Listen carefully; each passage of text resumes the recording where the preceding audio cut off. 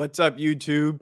It's your boy CB, aka Chalupa Batman, and we are back for a special episode today where we are going to cover conference realignment and recruiting with the guru. You have heard me sing his praises on this channel. He's a colleague of mine at All Hurricanes. He is the recruiting expert for Locked On.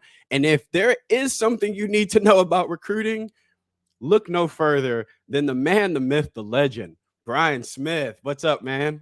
How you doing, sir? How's it going? Not too bad. You know how it is here in Texas. I'm dealing with 100-degree heat out here with ridiculous humidity. It's sad that it's warmer where you are than where I live in Central Florida, where there's no breeze. It's like 96 and I'm bitching, and it's like 102 or something where you're at. Yeah, I think when we talked yesterday, I told you it was like 104 in my car at the time. Bro, that's just unacceptable on any level. I don't care who's doing the research. That's just unacceptable. It is literally unacceptable. But you have not just a special brand of heat in Florida, a ton of prospects in Florida that are just showing out already. The season has started. We had some kickoff classics, and we had a couple guys just absolutely show out. And one I had to bring up bright and early, Armando Blunt, the 5-star defensive end from Miami Central. Central has a couple of guys on their defense that we want to talk about, but we got to start with Armando, who had a monster game, 6 sacks, a ton of pressures, and he's the kind of guy that if he gets 6, you know it was probably 8, but somebody else got a couple on pressures that he got. What were some of your impressions of him after that first game? It's ironic. I knew he was really good anyway. I'd seen him play before when he was at Dillard, but when I watched the pregame warmups, I didn't even go over to Central's D line. I didn't need to. I went over and watched Vanguard's O line, and I knew it was over very quickly. The left tackle was a long kid, very athletic looking, but he wasn't as athletic as he looked. He wasn't very technically sound, and that was a beatdown. He just wasn't quick enough, wasn't strong enough. He long-armed him. He used SWAT. He used RIP. And sometimes he just went and just walked him back. Strong hands. Yeah, and the other thing that a lot of guys at Armando's size can't do this, even as third-year NFL players. He'll take a hard step inside, and that guy will get ready to set, and he'll just move back out, and he'll make him just whiff. When 250 gets rolling and he makes that guy whiff, it's bad for any quarterback. It's bad. So there were a few plays where it was just meat at the quarterback. And I know Fred Gaskin well, the kid from Vanguard, really good kid. He's going to play DB at USF, but, you know, like most high schools, you put your best athlete at quarterback. He's a freaky kid, and he had to have been sacked 10 times. A normal quarterback would have been sacked 15 times. Their offensive line is terrible. They don't have any chemistry, and to their credit, Central took advantage. When somebody fails, you take advantage of it, and they did. They didn't even have to blitz much or anything like that. 4 men and bad things. Wow. So Blunt was the ringleader. Randy Adarica, the defensive tackle, also a class of 25. They moved Randy around a little bit, and a few times they put him right next to Armando, and that was really bad. How do you block that? Yeah, they didn't. Is the correct answer. I've got a photo. I was going through the photos. I've been sending Randy and Armando a bunch of photos this morning, and I'm just kind of going through, and there was a play where immediately Armando had beat his guy, and Randy hadn't beat his guy because he was only halfway by, and it was like 2 steps into the play. And I'm like, I don't know how this play ended, but I'm sure it's bad. It's bad. It was funny because those kids play with so much effort on pass rushing downs in particular that if you're not technically sound and everybody cohesive, it's hard. But it was, you know, there are a few plays like where Vanguard's backed up and I'm standing in the back of the end zone. So I got a bird's eye view, and I would just put my camera down and watch. I kind of snickered a few times because I'm like, even if they blocked those two, Central has some kids that are more like, you know, FCS, etc., that are D1, just kids that play. Sometimes they were the ones chasing Fred. He was just running for his life. And you know what? It is what it is. That's why Central is arguably the best program in the country. Year in and year out, they're right there, and they beat IMG last year, etc. So hats off to Jupe Joseph and his staff. They didn't play well offensively, and I'm being kind, and they had a gazillion penalties, but their defense just beat the bejesus out of them, and that's why they won. And they've got a big game coming up in a couple of weeks, obviously against Chaminade Madonna Prep, who had their first game last night. real quick, what do you think that matchup's going to be like? That is two powerhouse Yeah. Rams in the middle of the road running into each other. Well, Central's offense has to get going or they're in trouble. I mean, they got to be able to pass the ball. You're not going to just run on Central, but you're not going to just run on Chaminade either. Anthony Smith, who Blunt used to play with at Dillard, is now A at defensive Chaminade, tackle. 300 plus pound nose guard. That makes it difficult. We'll see. Central's got 5 running backs. So they got a kid named Ford that is electric.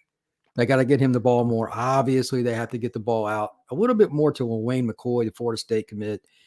But I don't know, man. When those two schools go out, all those kids know each other. That's probably going to come down to a dumb play, unfortunately. Who doesn't make the error will win the The football game. mental That mistake. would be my guess. That's going to be a fascinating matchup. But to a couple more 2025 recruits that I had to pick your brain on who played Sure. really well in their first weeks. We saw Miami commit Luke Nickel playing Yeah. his first game this week for Milton.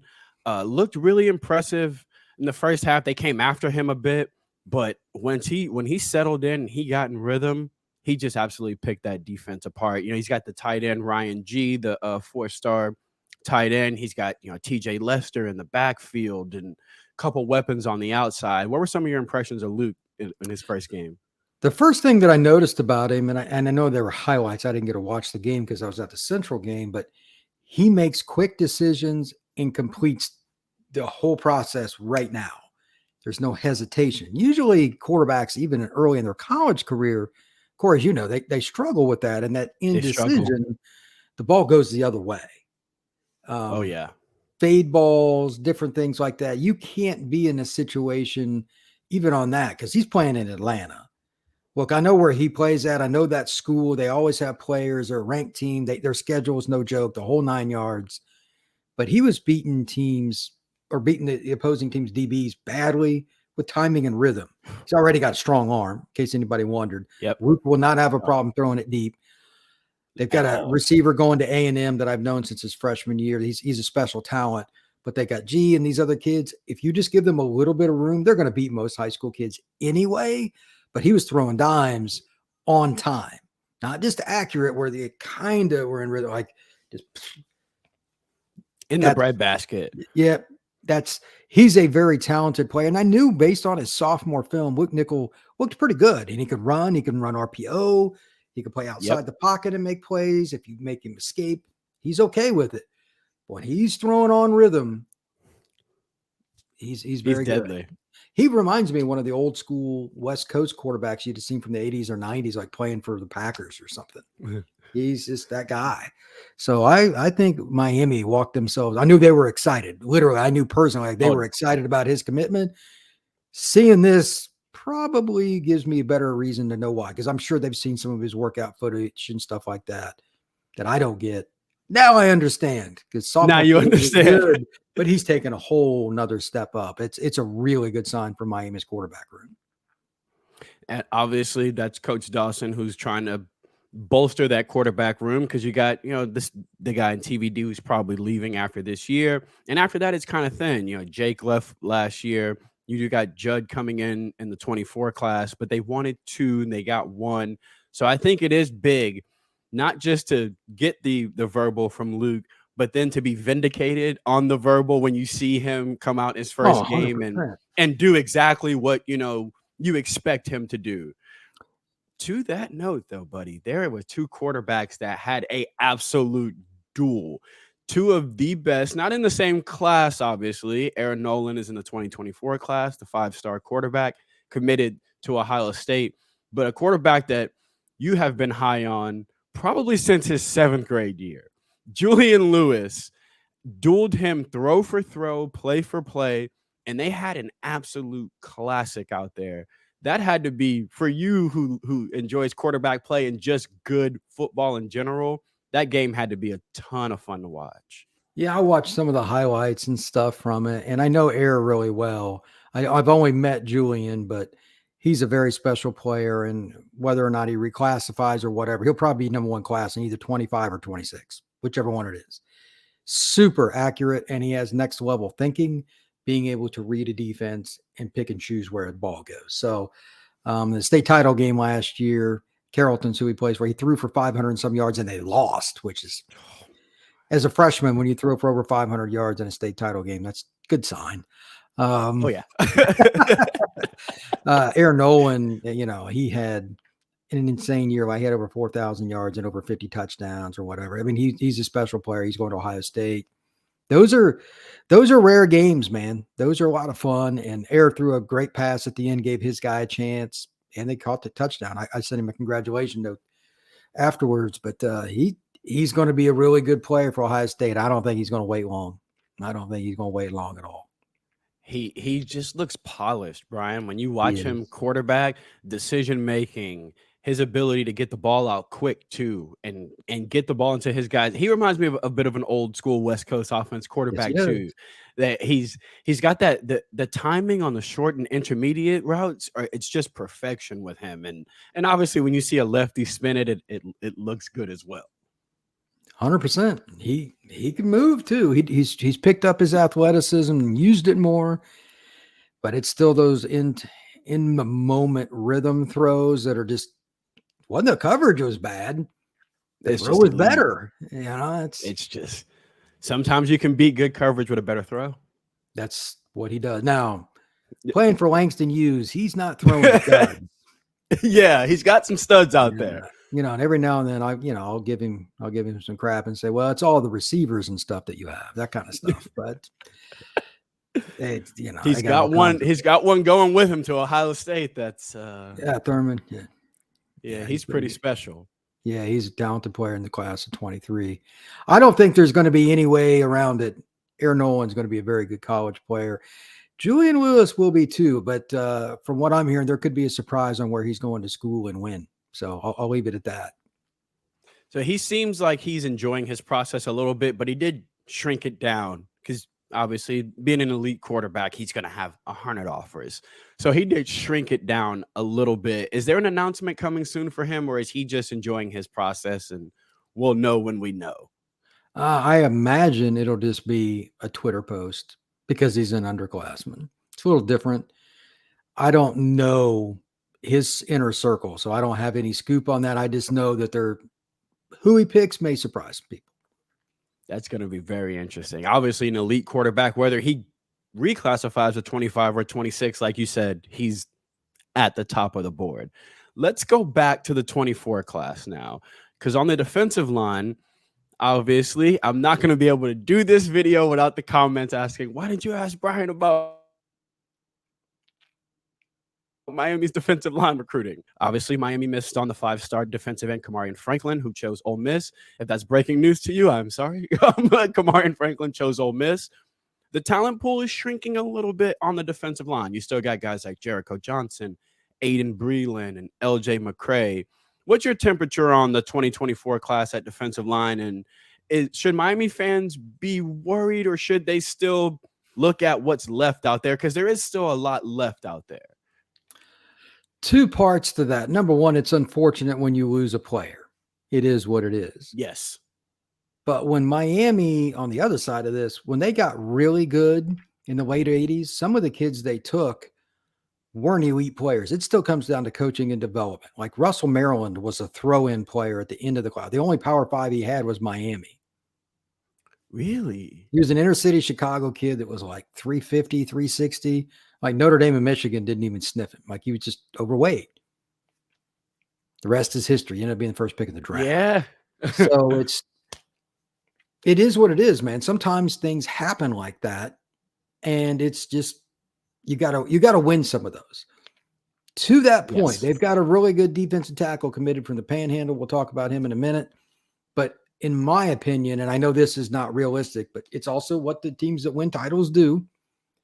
Do you stack elite defensive lineman class and class? Those are check boxes. Now, last year, Miami's DN class as good as anybody's in the country. Oh, no doubt.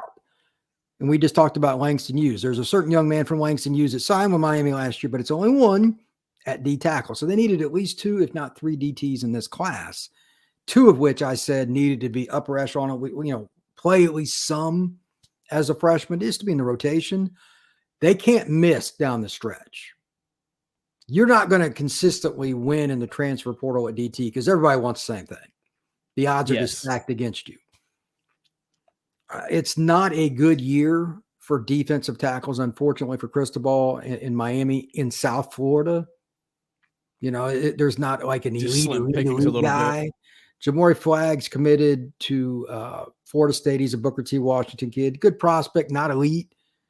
But like Adarica, we'll talk a little bit about him. He plays with Blunt. He's 25. They have to go out and try to pull kids from out of state. It's hard, man. It's very competitive for those kids. So they lost out on TJ Lindsay. They lost out on Franklin. I have no idea. Like Aiden Breland, I get asked about him constantly. I have no idea. I just think seems very quiet. Well, yeah, he's at Mater Dei in Los Angeles, and that's arguably in the last 30 years. It'd be hard to say they're not the best program in the country. That's how good they've been. But that's a machine. Everything's internal. I would imagine that'll just be an NIL deal because he likes all the schools. Miami's in there where he's comfortable and who's got the best NIL for him. I don't think it's really about recruiting. With some of these elite kids, I know that nobody wants to hear this. They're not like you see the moniker on the shirt. That's not what kids are picking. It's not. Yeah, it's not. It's a different day and age now. Yep. You may have grown up a fan of Florida State or Georgia or Miami or whatever, and you love the logo and all.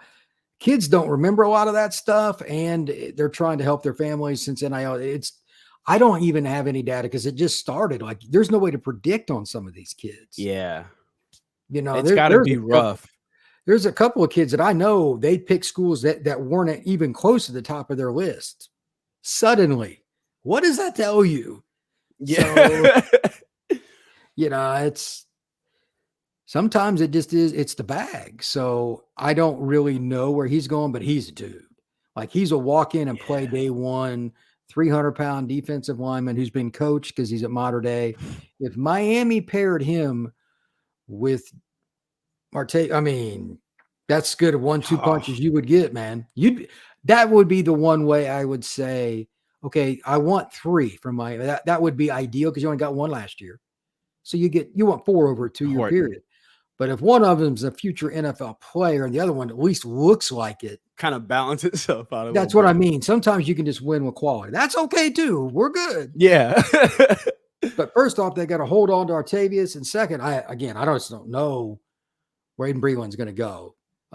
A&M, Miami. I'm sure the Georgias and Alabama. You can never count out the SEC schools with D linemen. Of course. Because they have so much track record. The kids put a lot of stock on who got drafted, which I think is funky because if you sign the highest level player, it's not as hard. To that point, though, Oregon is big in his recruitment as well. So these are really different deal with those West Coast schools.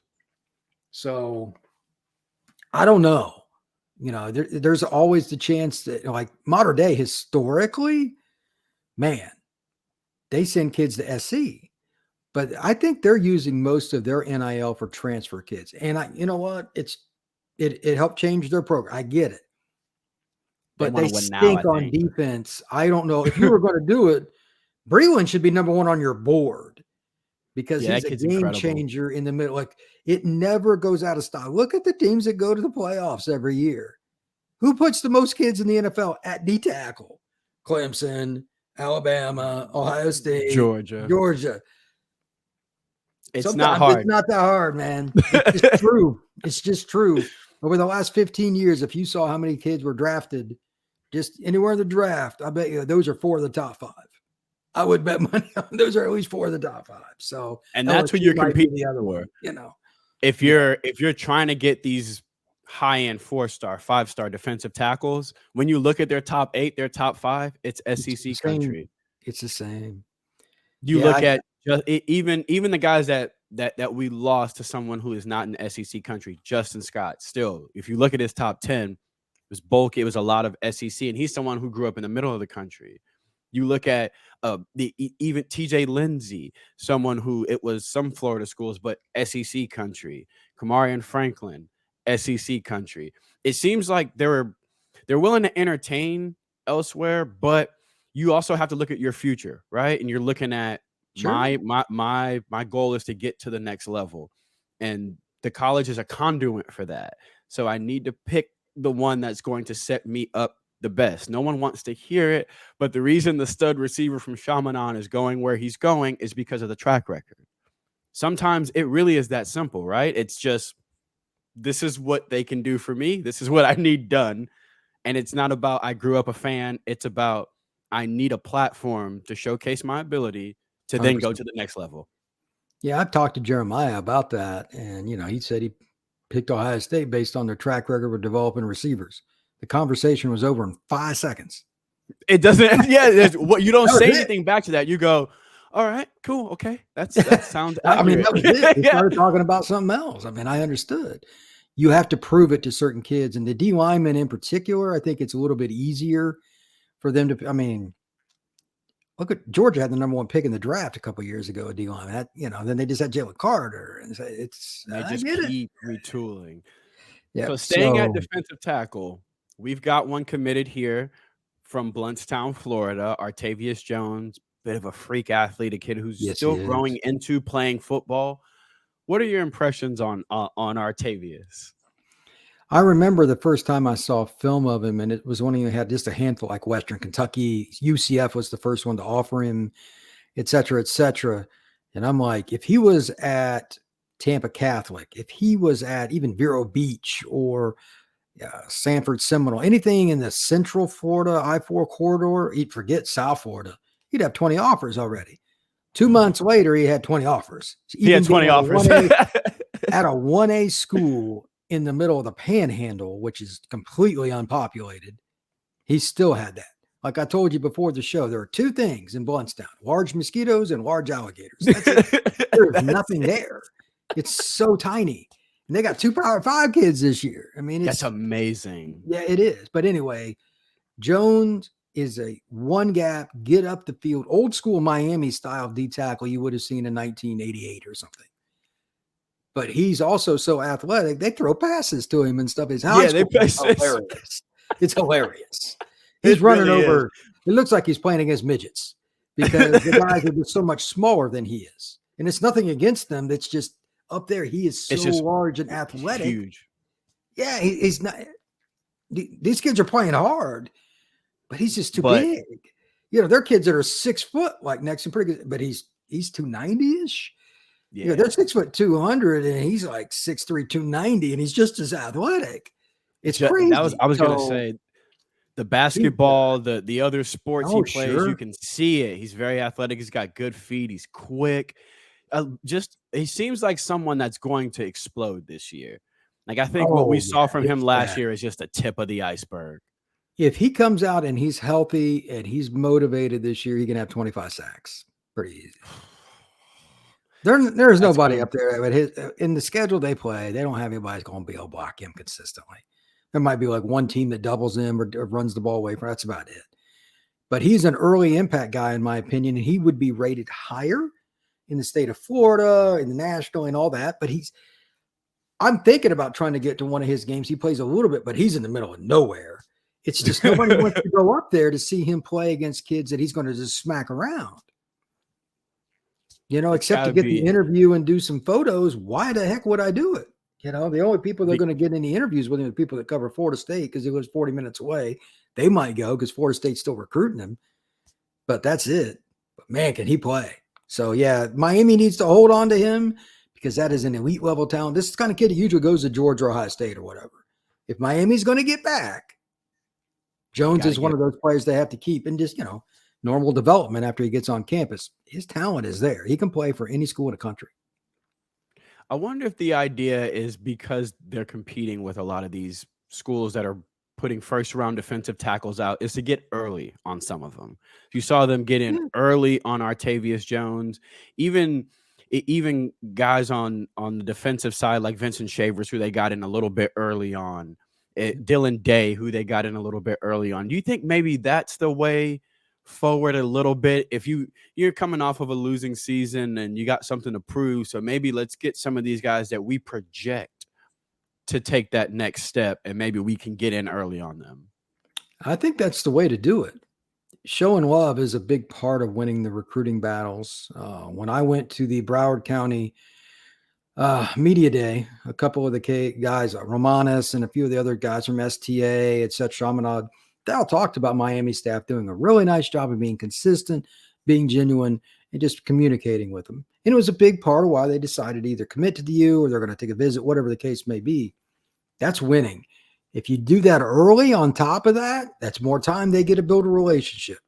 Definitely. Again, it's not about the logo. It's about the person that's wearing the shirt with the logo.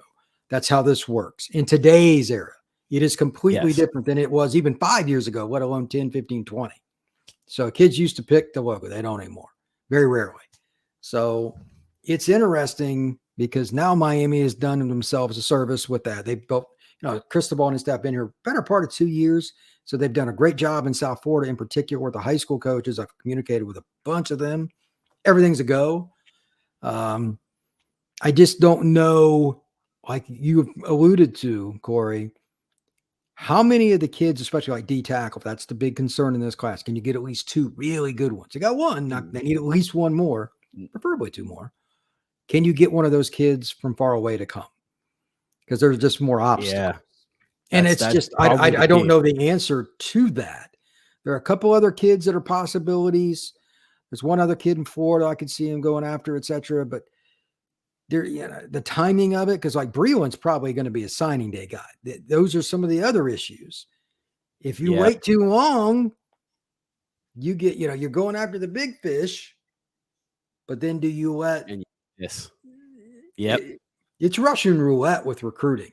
Yeah, I was gonna say that's got to be hard to decide where you put your eggs in what basket. Do you wait? But while you're waiting, some of the 3 or 4 star guys are making their announcements because they want to lock in their spots. Obviously, that's got to be something really interesting to juggle for a staff. When do you pull the trigger? When do you send that committable offer, or when do you back off on someone that you've been going for? Now, there's a couple recruits still to announce here soon. We've got 5-star safety from Chaminade Madonna, Zaquan Patterson. I know Chaminade likes them to announce before the season started. Obviously, that didn't happen because Chaminade played their first game last night. Absolutely torched someone. JoJo had a touchdown. Looked like Jeremiah did well. Zaquan had an interception. He returned for a touchdown. Shocker. He just does it all. One of my favorites in this class. He's announcing soon, but we don't really know where exactly. But what are some of your impressions of the 5-star safety, Zaquan Patterson? He's one of the rarest kids in the country because he can play so many different positions. He could be a running back or receiver if you wanted to play him on offense.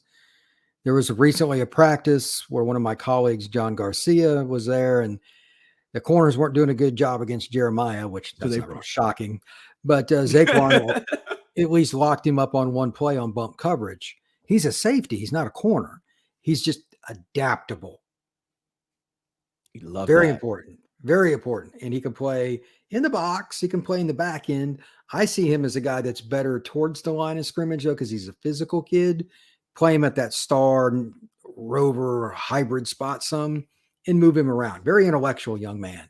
I don't know which school it'll be for, but I would say watch out for him regardless, because he'll be somebody that's a leader and helps other players on his team be in the right spots. That by itself is worth a lot. And then the speed and the ball skills and the hitting of all of it together is why he's a 5-star prospect. Now, Chaminade doesn't allow them to be early enrollees the way I understand it. They're not allowed to leave early, correct? That I don't know. I haven't asked any of them about it, to be honest with you. I couldn't tell you.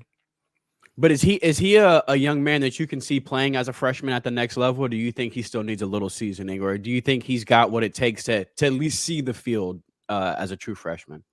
The only thing there is if he's playing, it depends on which spot. Like free safety is a whole nother animal because you usually got to be a communicator. That's a lot for a freshman. That's another reason to play him at strong or have him in a package where he's playing more downhill instead of directing, because that's like 10 times more. His instincts. Yeah. I would imagine long-term, he's going to play some free safety because he's so intelligent. It just takes time to learn the playbook. I don't care if it's Michigan, Auburn, Miami, whatever. It takes a while. It takes time. Yeah, sophomore year, he's going to start somewhere. If they want him to play a lot as a freshman and he's not able to enroll, it's not going to be free safety. and not in a traditional, unless you're just going to play cover two every play, which is pretty boring. And just leave him back there. That's a waste of Yeah, his talent a little bit if you do that, though. yeah, that's what I mean. You need to put him in motion, let him charge the line of scrimmage. So I'd imagine he'll play closer to the line of scrimmage as a freshman, and then it'll vary from there on what a team needs because he can play wherever. He makes your team better. Strong safety, free safety, in the nickel spot, on dime package, put him at linebacker, cover a running back. Those guys are rare, man. He's worth 3-4 scholarships. That's why he's recruited so heavily. And that's why he's a 5-star. I would imagine the staff over in Coral Gables are that he's got to be at the top of their board, especially with their depth at safety. Yeah, after this year, you're looking at losing your All-American safety, Cameron Kitchens, to the NFL. I don't think there's any way James Williams is back either. So you're looking at, some young guys that need to step up next year. So bringing in someone like Zaquan would be huge. But with a 5-star guy like that, you're going to have to just trust his process and let him make his decision. He seems to be kind of quiet too. Now, he just did an interview on YouTube, but it wasn't recruiting based. He was just talking about his upcoming year. He seems to be someone that's a little bit quiet and doesn't really like to tell everyone what his next move is. It seems like a couple of those guys from Chaminade are like that. Well, I know all of those kids pretty well, and I even told JoJo and Jeremiah this recently. I'm just tired of interviewing them. No, I literally, because the fans want to know, but the kids, they're not really done because they're still taking visits. They can be committed or not. If you're taking visits, it's not that big a deal to me. So it's one of those deals, man. If you're going to be in the spotlight as a 5-star, you got to kind of do it, but they're tired of it too. And I get it. It's not their fault, but I think it's probably going to be that way through signing day. They're over it. The interviews will be a little more short-winded, etc. It is what it is. They want to play football at this point. They're tired. I hear it when I talk to a lot of the recruits too, and I ask them, are you ready for your season? And they usually say they feel relief when they commit and when the season starts, just because the phone's not going to stop ringing necessarily, but it'll stop as much. You know what I mean? It won't be 20 phone calls a day. It'll be 15. And for a high school senior who wants to focus on football in school, I would imagine just having that phone quiet down a little bit is a bit of a big deal. It would have to be. I know Jeremiah, it's 4 schools. It's Ohio State, Miami, Florida State. There's only 5 for Zaquan. There's 6 for JoJo. They're still talking to him, but it's a long way. We're 4 months. Yeah, we still got a lot of time. So, I mean, South Florida kids are going to take visits. They're going to take visits. That's what they do. That's what they do. I know Miami fans kind of look at it two-sided. When they commit to them, they don't like it, but when they're committed to somebody else, they love it. They love it. Yeah. Look, that's not how it works. South Florida kids, there's very little loyalty until signing day. That's just the way it is. The way I always say it is take your visits. You may have never, especially if you never left Florida, you know what I mean? Go experience something. Go see Michigan. Go see Oregon. Go see USC. Just go experience something. And, you're only going to get this chance once. You're never going to be recruited like this again. So enjoy the process. Go eat some food from a state you've never been to, take your mom over to the West Coast. Those kind of things are important. But switching gears a little bit, but staying on college football. This conference realignment thing, Brian, it seems like it is the sleeping dragon. And the more I'm talking to recruits, the more I'm realizing just how important it is. You hear it constantly. They want to play in a certain conference, or they want to be on a certain television, or they want to be seen, obviously, as well. Can you speak to how important it is for a school like Miami, who's kind of stuck in the ACC right now, that when the dust settles, they need to be elsewhere, whether it's Big Ten, SEC. I think sometimes when people hear that, they think it's just, oh, you want to be in the SEC just for money. Well, the TV payout is important, but it is more than that. It is a lot more than that. I'll just, you already know this because I told you pre-show. TJ Lindsey plays he just transferred to IMG, and I got to interview him a few weeks ago, and he picked Auburn. His second choice was Texas. His third choice was Miami, and he'd visited Miami 2 times. Great kid, very, very good prospect with the lean Good at kid. 270, really good football player. We're BSing, and he was announcing the next day, but he already told me he was going to Auburn. And I said, hey man, I cover Miami. I said, what was the situation with them and all this? And I had to open-ended, had no idea what he was going to say. He said, they recruit me hard, blah, blah, blah. And he goes, truth be told, if they were in the SEC, I'd have picked Miami. And I didn't ask him anything about conferences. He just flat out said it. I'm like, what? That's how important it can be for some kids. He really likes Auburn. He really likes Texas. He liked the Miami visits and the coaches a lot. It was the conference. Again, this is unsolicited. It was an open-ended question. Yeah. He didn't have to bring that up. And this is an elite defensive lineman, something Miami needs. Yeah, and I was like, oh, okay, I'll put that one in my cap. You know what I mean? That's very rough. important. That's rough. And here's the deal. This has been written about 500 times. And I've unfortunately had to write about it too. I was going to say, you've written about it a few times. Oh my God. It's boring as all get out, but it's the conundrum in the room. The grant of rights. Miami and these schools, there's a lot of moving parts. And I'm not trying to be the lawyer guy here, but here's the basic. And if I'm right, it's 2036, Corey, when that's over. Whoever signed that and got everybody. Insane. It's a terrible deal. It was just a dumb idea. But it is signed. It is legal. In the ACC did their due diligence. Now, here's the interesting part. These contracts, we know the people. Disney owns ABC and ESPN. They're a big part of it. CBS, NBC's getting back into it. They got some Big Ten games in addition to Notre Dame. There's a lot of competition. Will anybody pay out in today's, like our economy stinks, and that stuff changes what people do with these big executive companies. Do you really think they're going to pay $30 million, $40 million a year just to get Florida State or Clemson or North Carolina? Those are the four, I think, that Carolina, Miami, Florida State, and Clemson. They carry the most water. NC State would be, a lot of people know, they got a huge fan base. They'd be the fifth. Then you got Duke. They'd love to have them because of the basketball, but their football, But still, that's a lot of money. There is just no shortcut. So with the TV, I'm sure in some way, this is a three-way deal. School, conference, and TV networks, because they're supposed to get some of this. Can you somehow get out of it? The problem is ESPN is tied into so many different directions with it. They got a lot of leverage.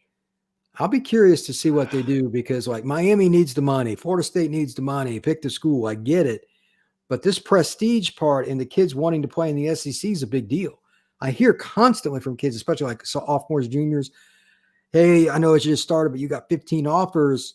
Talk about some of the schools. They'll mention a few and they'll say, probably SEC. Like that's a common. It's never probably ACC. No, never. It's a constant. I hear it all the time. Yep.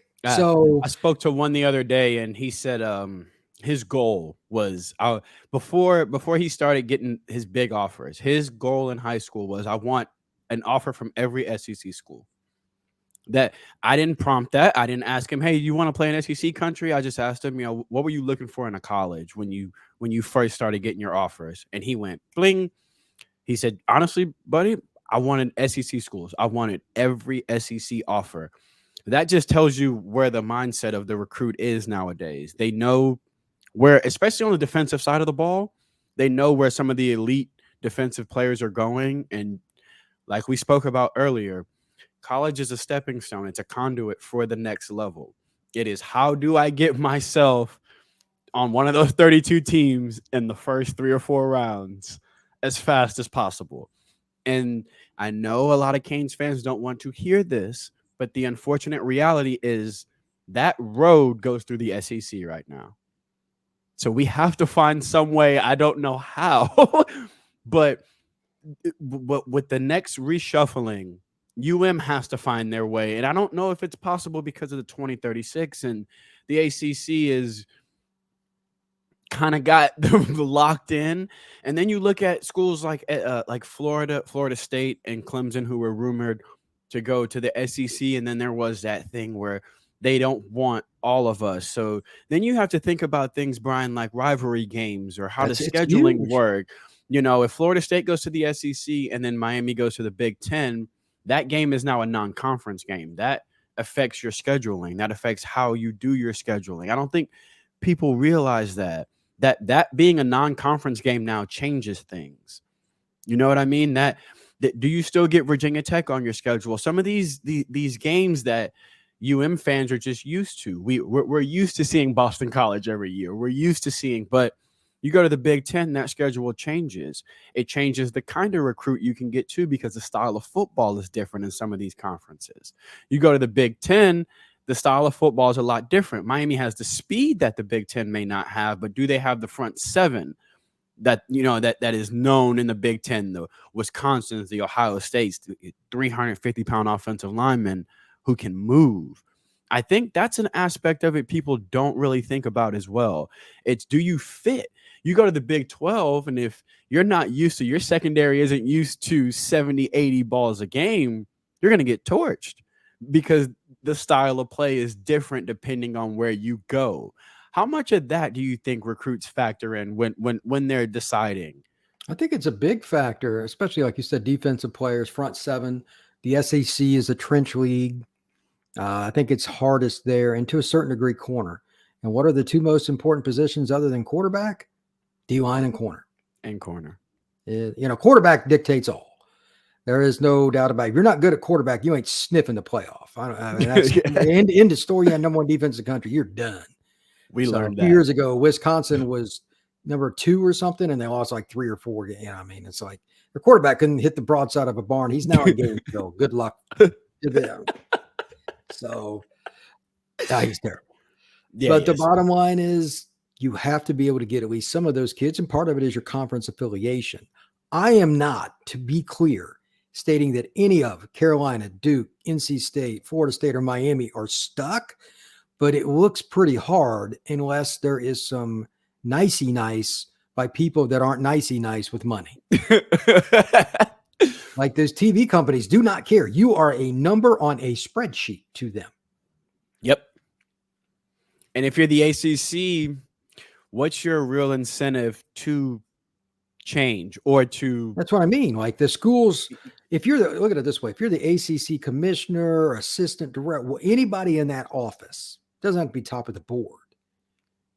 You have an obligation to every school. And look at what happened to the Pac-12. Oregon State is going to be pretty good this year. Washington State, I don't know, but Washington State might as well be FCS in a lot of ways because they can't get anybody to go out there. It's on the border of like Montana or something. It's out in eastern part of it's middle of nowhere. They're done. Yeah. They're done. That's a part of it I don't think people talk about is that's the problem. Some of these schools were hanging on in a Power 5 conference. Yep. Now that you see the Pac-12 dissolve, what happens to the bottom half? You know what I mean? They're done. And these people at the top have obligations to everybody, not just the top half. A lot of people don't look at it that way. That's how a business organization works. And these conferences are businesses. Wake Forest is out by itself. Okay. It is not exactly a school that's going to do well as an independent. They struggle enough in the Atlantic Coast Conference. If they don't have Carolina and Duke, I mean, they don't like them, I'm sure, but without them, they're in trouble. There's no nice way to say that. They need to have that conference affiliation with Tobacco Road that goes right through the Tri-Cities where NC State, Duke, and Carolina are. It's just the way it is. It's Raleigh, Durham, Chapel Hill, brother. That's where it starts. And then, of course, football-wise, Clemson, Florida State, and Miami. Those are the 3 schools that have had the most tradition by a landslide in this conference. And on top of that, Virginia Tech is completely down, which doesn't help. They've been terrible for years. So they don't have any bargaining power. I mean, Carolina, I thought would be better, like with Mac Brown, but they've been soft. They've been like my buddy called me. He goes, "They're soft as Charmin," and I said, "Yep, they got a great quarterback." I don't know why everybody's picking them to beat Miami, because if Miami can run the ball, and I think they're going to be pretty physical. I like Miami in that game, but that's just me. They might get beaten in a shootout, but they ain't going to struggle to score on a team that, my God, I can't believe Mac Brown bought. I won't even say the defense coordinator's name. They were like 115th in the country last year. That should never be the case at North Carolina. It's not that hard. But the fact of the matter is, the ACC's like that. They have a bunch of underperforming teams that go between 5 wins and 8 wins. They just kind of rotate who it is. Nobody gets over the hump. That's why Clemson is just run roughshod over the league. At least Florida State's going to give them a run for their money this year, we think.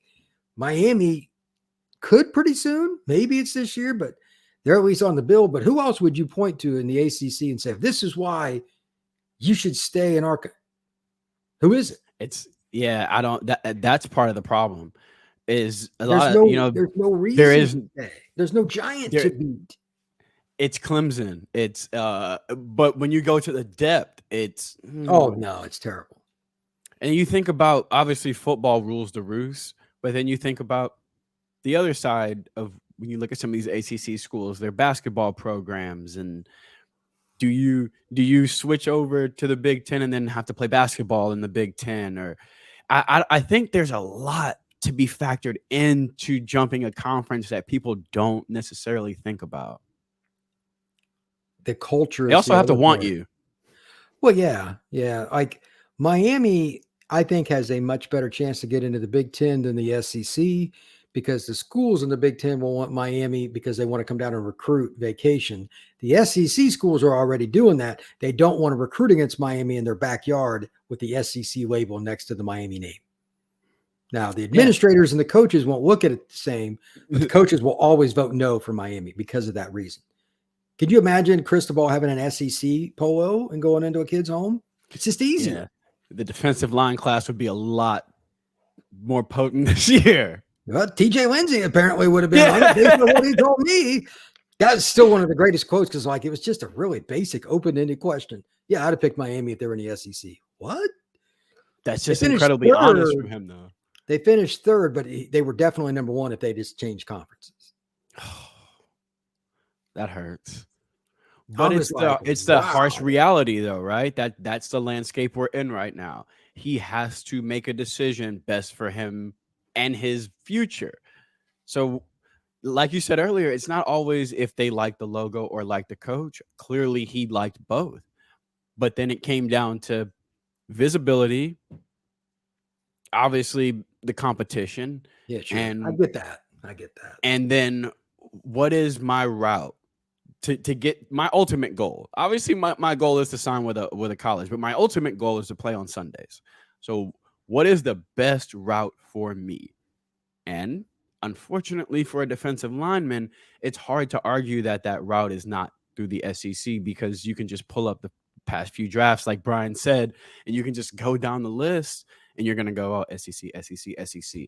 So until Miami wins more, obviously winning cures everything. You win, obviously you get some of those guys, but that SEC connection, that SEC aura is very important. So I am praying that somehow somebody at UM finds a way to get out of the ACC and get into the SEC or the Big Ten. I don't have an issue with the Big Ten. I think people worry about travel and playing some of those cold games in the Big Ten, but it's the reverse too, because a lot of those teams will have to come down to Miami and it's 98 degrees with 40% humidity, and good luck. Yeah, the Miami fans will like it when, like, Wisconsin plays a September 8th game. But when you play a November 8th game up there, Miami will be in trouble. I mean, that stuff's real, bro. Like, I grew up in Indiana. That stuff's different. Like, you know what New York weather's like. It's just different. These South Florida kids have no idea. If it's 50 degrees here, they freak. Wait till they see 15 degrees. Yeah, I know. It's part of the deal, though. It's part of the deal. When you go to the NFL, it's going to be cold. It's going to be cold. So, got to get used to it. But it'll be interesting. Big Ten, Miami speed in the Big Ten versus, the Big Ten's, ground and pound, big front sevens. They say styles make matchups, and especially in boxing and in football. I just think there'd be some really interesting matchups there to see how that speed and how that athleticism translates to the style of play the Big Ten has. I think that would be an amazing fit. I think it really would too. But again, people that aren't very friendly with these contracts. I don't know how that's going to work. I really don't. Fascinating. I at some point something has to give, because the SEC seems to be pretty content with being okay. We're here, and of course, Oregon. I mean, that was a big one, and Washington being added to UCLA and USC. The Big Ten is now literally New York down to DC and all the way across to LA and all the way up to Seattle.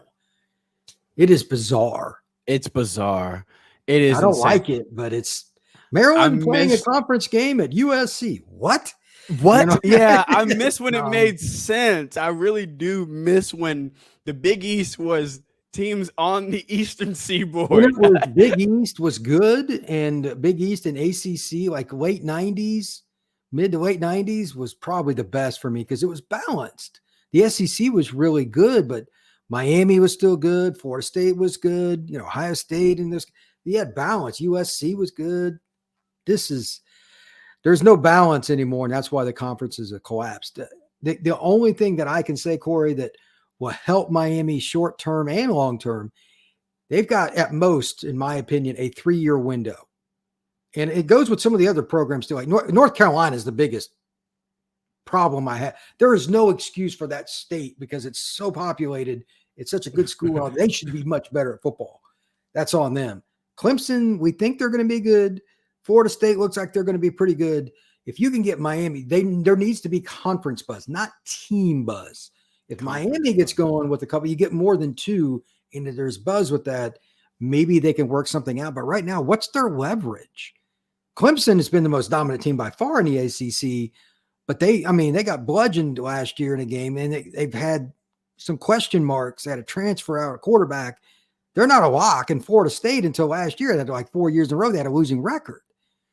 There's not a lot going on here. Yeah, they've got an old team on data. We won this. We did this. The Florida State LSU game, I know Miami fans hate Florida State. It's important for Florida State to win that game. It's important. Yes, it is. It flat out, that should be a barn burner. That's a 10-point or less game, maybe even a 3-point or less game. It's going to be down here in Orlando. ACC needs wins over not just like, I'm not picking on them. Vanderbilt, Mississippi State, Missouri, I care less. They got to beat somebody that matters in a game again. Now, Florida State won a weird game last year, but like this is Norvell's team's, I think they're number 8 in the AP for whatever that's worth. If they can go beat LSU and there's some other game like Florida State hammers Florida, you need some of that this year. Clemson maybe goes to a bowl game or Miami and beats somebody. Otherwise, why would these conferences, A, want you, and B, the contracts, why are we letting you out? And why would these other places fight for you? You need both. There needs to be leverage. Right now, I just don't see it. I think it's important for Miami to get the A&M win as well, not just for their season. 100%. That's a great point. I think that game is week 2, man. Yeah, I think that sets the tone. It for their own season, and again, Miami versus a prominent Southeastern. And I know they were underachieving last year by all standards, but it's a very talented team.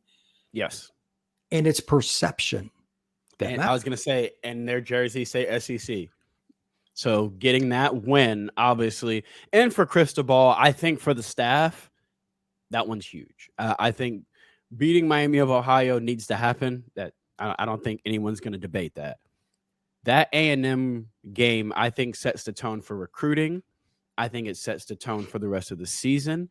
I think it lets the guys who bought in last year understand that they're on the right track. I think that game is huge for the team, for recruiting, and like you said, for the ACC in general. They need to start getting some of these wins in some of these games, or else what you'll start to hear happen is so-and-so team wants to leave the ACC and go to the SEC, and the SEC is going to go, why? For what? Every time we play one of you guys, we curb stomp you. Why would we want you in the conference? So you got to, like Brian said, I know you guys don't want to hear it because you don't want to root for FSU on this channel, but the game's huge for the conference. It's huge. You win a game like that. Miami beats A&M. Maybe Clemson goes to a bowl game and plays a Big Ten school or an SEC school and gets a dominant win. It changes the perception of the ACC, because the perception of the ACC right now is it's top heavy with 1 or 2 schools, and then it's basketball. That is the perception 100%. Of the ACC. So you have to change that. And the only way you change that is on the field. I know you get recruits, and that does not change the overall perception. You have to win, and you have to we beat up on each other constantly. These ACC schools, we beat the piss out of each other, but that doesn't prove it to the Big Ten, to the SEC. You want to win some of those games and comfortably. You want to beat those teams. You want the ACC to go, oh, okay, well, damn. All right, we're getting some wins. We're winning some out of conference games, some bowl games. Like Brian said, it can't just be Clemson every year. It can't just be Clemson and another, because it'll be Clemson and then North Carolina has a good year, or Miami 2017. It's two of us at the top. It needs to be more than just two at the top for them to either go to the ACC and say, look, this TV contract is ridiculous. You need to figure something out. Or for them to have the leverage to go to the ACC and say, the SEC is calling me, so poop or get off the pot. But it starts with winning. I know a lot of people think it starts with having a top 5 recruiting class, but you don't win any games with a top 5 recruiting class. It happens with winning. The recruiting class you had last year will buy in more. They will see the vision, and the ones in the future will see the vision as well. Then you'll have a guy like TJ Lindsey not say, I would have went to Miami if they were in the SEC. Someone like that in the next class will say, I saw what they did to an SEC school, so I went there. Because I thought about going SEC, but if Miami has that same level of talent, the same level of competition, then I know I'm in good hands there as well. It's part of the process, man. There's a lot of moving parts. So for now, just for the record, I just want to state this for my own personal belief is I'm not writing any more conference realignment articles. You guys heard it here. This is the last time it's going to talk about for a while. Unless somebody like physically moves conference. Yeah, that's fine. I'll just do the basic. Somebody just needs to figure it out, because we all know, like Florida State in particular, they ain't even hiding. They want to leave. You can tell by their vocal. I mean, he's like, that car over there looks pretty nice. I think I might trade mine in. Yeah, I mean, that's what it's like. They're very vocal. It's hilarious. It seems like a lot of the schools, that's another that's so weird nowadays, is they're vocal about wanting to move conferences. There is no saying it in quiet. There is press releases from the actual media department. It's crazy. Yeah, I mean, that tells me that people behind the scenes have not had friendly conversations. Somebody needs to get to that point. Yeah, somebody ticked off the president of Florida State, because those kind of people are diplomatic. For him to offer that up multiple times, when they leave, they're not going to shake their hand. They're going to hand them a grenade. That's kind of how I look at it. Something, and I have no idea, and I'm speculating, but that seemed very odd for me. It is what it is. So, but I'd rather talk about recruiting, because it's more fun. We had to bring this part up just to get it out there. We talked about it before the show. It's part of what's going on. I hate it. I loathe its existence. Watching the Big Ten is absolutely an abomination of my life. But all of this impacts Miami's recruiting, Florida State's recruiting, North Carolina. Your conference matters. So we're done with this. We're going to move on now. So, And if you don't believe so, rewind about 5 minutes when we talked about a 4-star defensive end. Yeah. It 100% matters. But back to a couple recruits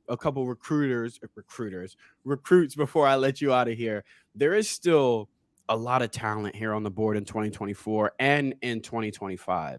Who are some of the guys in 2025, though, that you've got your eye on, that you can't wait to put eyes on this year? Because I know you like seeing them in person. You're big on that as well. You're big on watch the tape, watch the film, break down the film, but you like to get eyes on guys.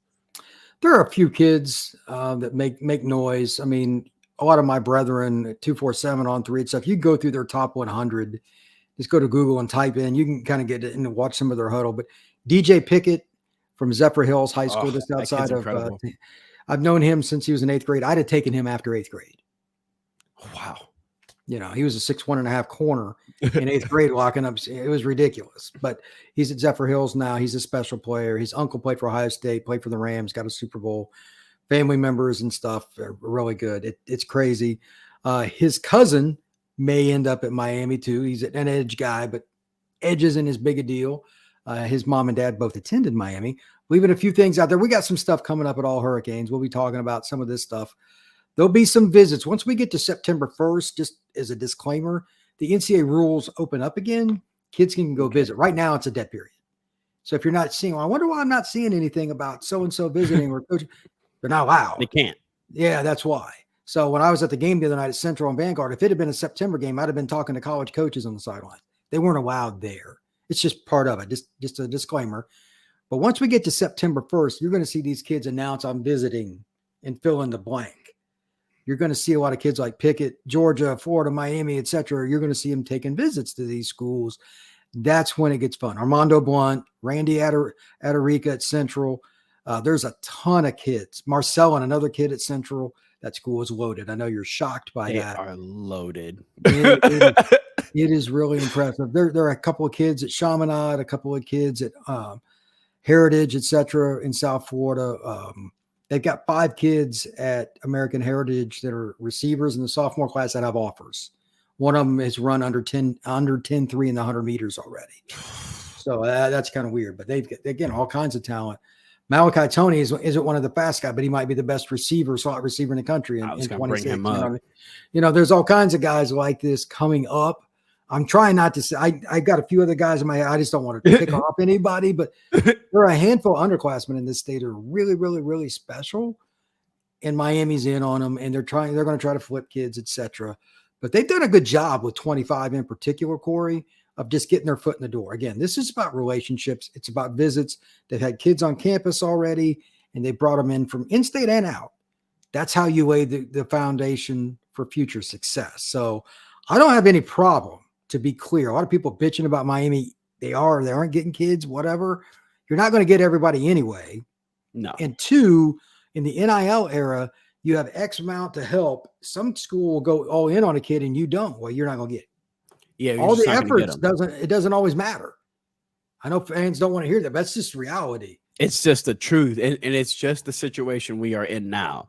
And at the end of the day, it's on the recruit to get and do what's best for him going forward. Yeah. So sometimes it's a little bit more than just my dad played here or my dad bought me a jersey from this school when I was 6. Yeah, I mean, that's where it starts, but is it where it ends? I mean, it's just the starting point, because now the kids' development is a big part of it. You might have a coach that you really like, and you might draw, okay, they're going to be at least some NIL, but I like that coach. That happens too. And that's kind of what you're looking for. I'm not saying Miami isn't where they need to be, but it would be better if it wasn't the NIL era, because they have so much proximity advantage with these kids. Now they're willing to leave because the money's good. And there's development other places too. There's more exposure. It's harder for Miami now than it was even 10 years ago and definitely 20 years ago. Which is why it is important to win. It is important to produce on the field. I mean, you got a kid in the 2025 class, the 4-star receiver Kobe Howard, coming off, the broken leg that he had at the Miami camp. Yep. He's down at Northwestern now. Had his first game there at Western. Many of these schools in South Florida, why do they name themselves so close to each other? It's insane. From someone from Texas who we're all named after like war heroes or stuff like that. In Miami, it's so weird. But Kobe Howard transferred, and first he had his first game, 200 yards in the first half, 3 touchdowns. I know he's high on Miami and Cristobal. Another 25, like Brian said, another 25 kid that they got in early on that they're building a relationship with. I would imagine he's poised for a massive season. Jabari Brady, the 2026 receiver for Monarch. He I think he just got his rating from 24/7. He was number 1 receiver in the class, or in Florida in the 26 class, 4-star. Another one they got in early on, had him on campus. He was down there for the barbecue as well. A lot of these 25 and 26ers, it seems like they're building their relationships and starting out early. Solomon Thomas is a kid they like. Jacksonville Reigns, he'll have all the offers. Nathaniel Owusu Boateng, he's a kid at IMG. Oh, the linebacker. He's really, really good. They're in on him. Trying to think, who was a kid that I know they've been in on here lately? Oh, Nashawn Montgomery. That's a really important one. He's at Cardinal Newman. He's another big receiver, really good player. He's been to campus multiple times. There are 2 running backs now. This is so ridiculous. At Heritage, there's Desinor, who's an electric move around guy, but they That's the also have a oh, yeah, that runner, he's incredible. yeah, they've got 2 that Miami would happy to have either one. They're only juniors. Chris Ewald, they're going to try to flip from Michigan. He's committed to Wolverines. He's at Chaminade. It's ironic because Jeremiah's there. They could play against each other in college. Jeremiah's committed to Ohio State. It is what it is. Like it's very competitive. A kid Waden that Charles, I think, is the 4-star receiver yep, athlete. He was just on campus as well. I big know they're time high on receiver. him. Yep. Cortez Mills is an important player. He's a kid down at Homestead. That's just south of Miami. The kid can fly. He's a slot to outside guy. Never have enough of those. He could be a return Oh man, yeah. whatever. He can go get it. South Florida's good. It's really good. So we'll see. Ben Hanks, Booker T. Washington's got a couple of guys. Ben Hanks is one of them. He's a long, rangy athlete, can play free safety or corner. Miami's fine there. They just have to land these kids now. There's plenty of talent from Orlando southward. They can get it. It's just, do you get them? Do you That's get him? that's the bottom line, man. I could go on and on and on. So which ones will they get? Again, September 1st. It's very important. I was talking to Blunt and Adarica the other night. I said, I know y'all's phones blew up on August 1st. And Randy's like, hey. And I said, like, who contacted you first? And Randy said Florida State and Armando mentioned Miami, etc. But I know they all, not that that makes a huge difference, but they're all getting hammered at like 12:01 in the morning on Yeah. August Oh, 1st. 100%. So 100%. I had a 25 kid on the channel, and I asked him. I said, "What was it like August 1st?" And he was like, "Midnight." Is what it was like. It was like midnight, and then bloop bloop bloop bloop bloop bloop. Email, DM, text, call, email, DM. I was like, "Holy!" Did it change just overnight? He said, "Yeah, overnight it went from my phone being very silent to everyone and anyone wanting to talk to him." It's very that's the way interesting how that works. I won't mention the player. A couple of years ago, there's a kid that was a national recruit, and I asked him that question. And I didn't ask him to do this, but it was like the day after, and he'd gotten all these calls, and he showed me the phone that he had. He did a screen share, and he did the video, and then he sent it over. And on the front, it was like Harbaugh. It was all the like top 10 coaches with their phone numbers were like coming across my screen and stuff. Call me or text me anytime. All these. I was like, these were like at 12:01 in the morning and stuff like that to Holy 7 a.m. cow! It was all these guys. And those guys probably just have to do that over and over and over again because they want to Because get in there's the so mix. many. Jimbo Fisher, Mario Cristobal, everybody.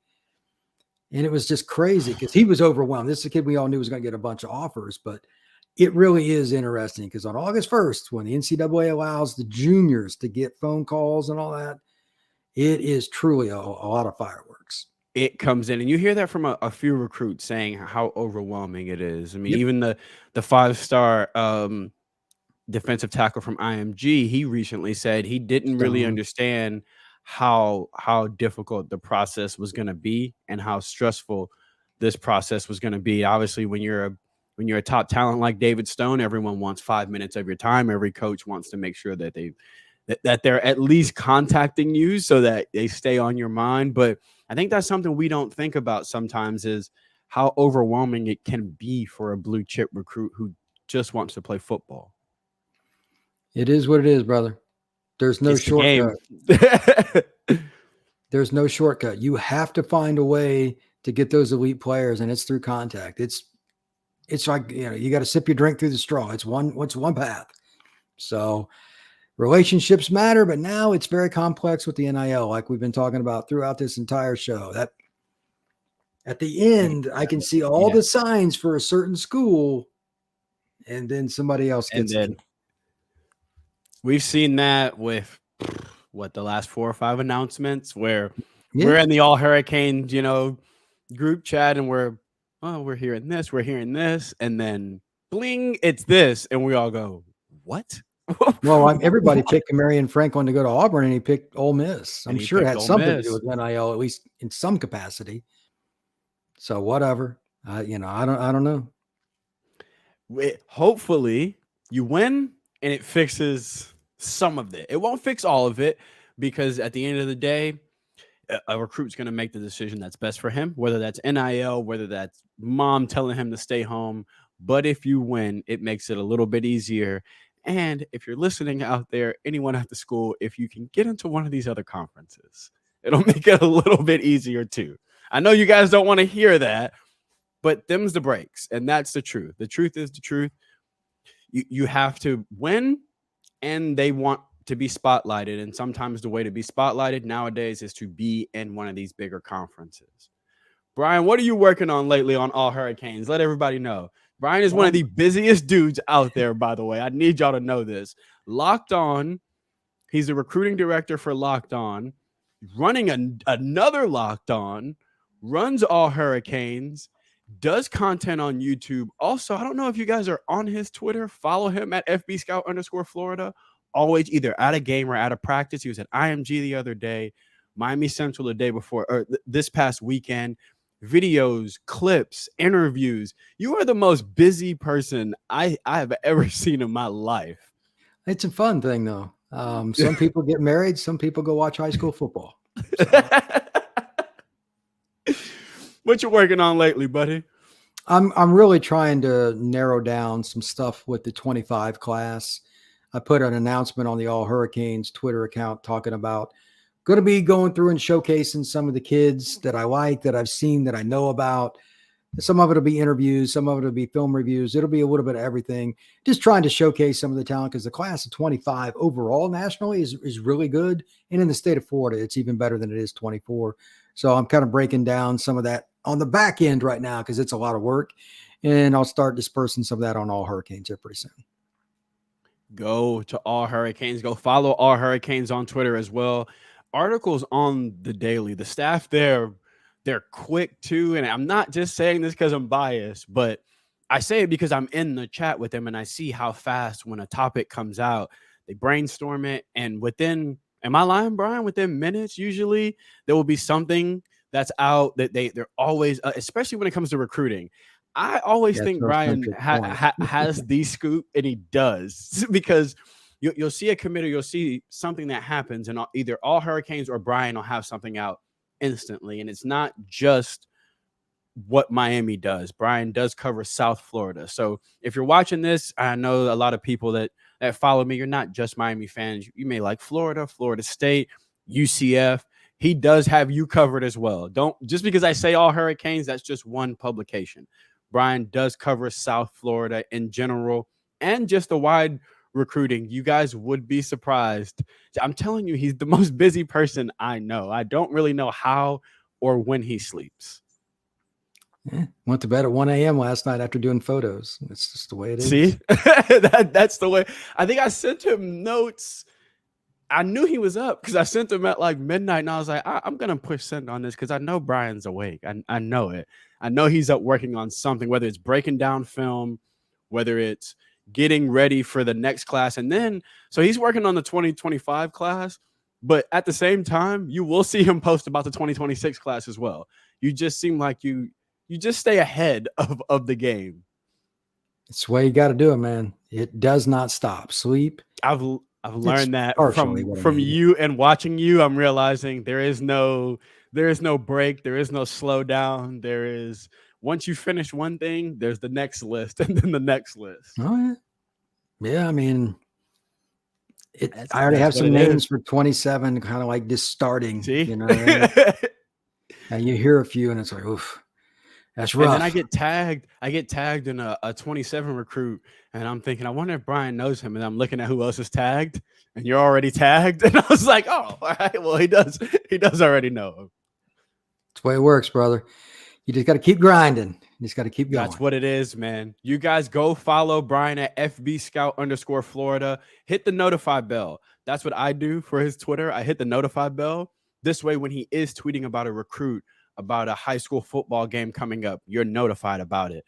A lot of the South Florida kids, they play all on the same day. So sometimes it's hard to figure out who's playing where, what's broadcasted. So hit the notify bell on Brian's Twitter and you'll know when a game is coming up. I knew Miami Central was playing. I couldn't get a direct answer from some of the players, obviously, because they're suiting up to play.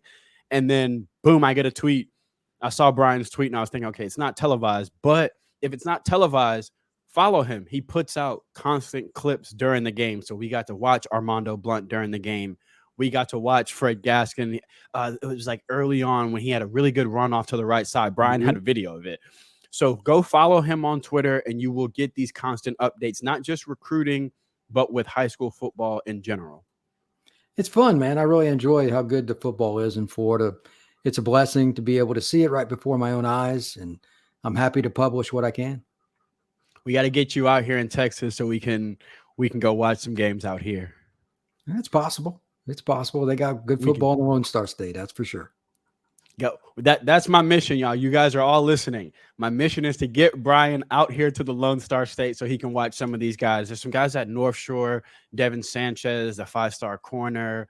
Galveston Ball has a linebacker. It's really, really good. I think I'm going to go try to put eyes on Devin Sanchez this year because he is insanely good. I think it would be a good idea. You guys like, share, subscribe to the video, to the channel. Go follow Brian right now. Click off the video and go follow Brian. Thank you for coming on the channel, Brian. It's always a pleasure talking to you. Thank you very much, sir. I appreciate it.